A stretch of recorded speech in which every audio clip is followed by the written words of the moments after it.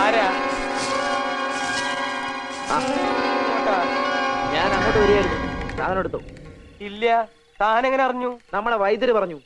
എന്നാ പിന്നെ അല്ലി എന്റെ അടുത്തേക്ക് നേരത്തെ ഒന്ന് വിട്ടാ പോരായിരുന്നു. അതിന് ഞാൻ വീട്ടിൽ പോയില്ലടോ. ആ എങ്കി വാ, നമുക്ക് ഇപ്പൊ തന്നെ പോയത് അങ്ങോട്ടേക്ക്. ചേട്ടാ, ഞാനാ, ഞാൻ ദാസപ്പൻ കുട്ടി.